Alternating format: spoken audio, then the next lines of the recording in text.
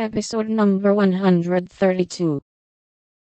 Here's a note to you, Meg, all sealed up. How odd. Teddy never seals mine, said Jo next day, as she distributed the contents of the little post office.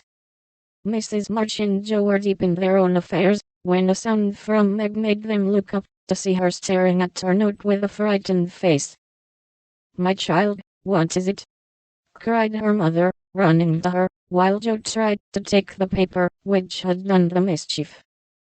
"It's all a mistake, he didn't send it." "Oh, Jo, how could you do it?"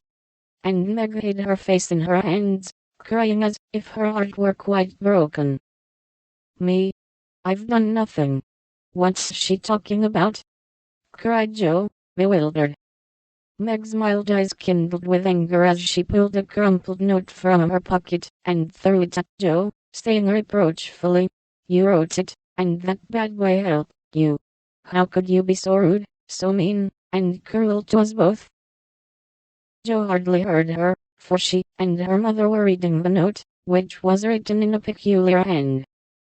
"My dearest Margaret, I can no longer restrain my passion, and must know my fate before I return.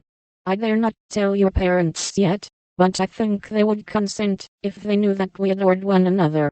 Mr. Lawrence will help me to some good place, and then, my sweet girl, you will make me happy.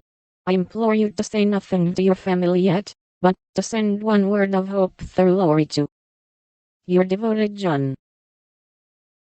Oh, the little villain. That's the way he meant to pay me for keeping my word to mother. "I'll give him a hearty scolding, and bring him over to beg pardon," cried Jo, burning to execute immediate justice. But her mother held her back, saying, with a look she seldom wore, "Stop, Jo, you must clear yourself first. You have played so many pranks that I'm afraid you have had a hand in this." "On my word, mother, I haven't. I never saw that note before, and don't know anything about it, as true as I live," said Jo, so earnestly that they believed her. "If I had taken part in it I'd have done it better than this, and have written a sensible note. I should think you'd have known Mr. Burke wouldn't write such stuff as that," she added, scornfully tossing down the paper. "It's like his writing," faltered Meg, comparing it with the note in her hand. "Oh, Meg, you didn't answer it," cried Mrs. March quickly. "Yes, I did." And Meg hid her face again, overcome with shame. "Here's a scrape. Do let me bring that wicked boy over to explain, and be lectured. I can't rest till I get hold of him." And Jo made for the door again. "Hush. Let me handle this, for it is worse than I thought. Margaret, tell me the whole story," commanded Mrs. March, sitting down by Meg, yet keeping hold of Jo, lest she should fly off. "I received the first letter from Laurie, who didn't look as if he knew anything about it," began Meg, without looking up.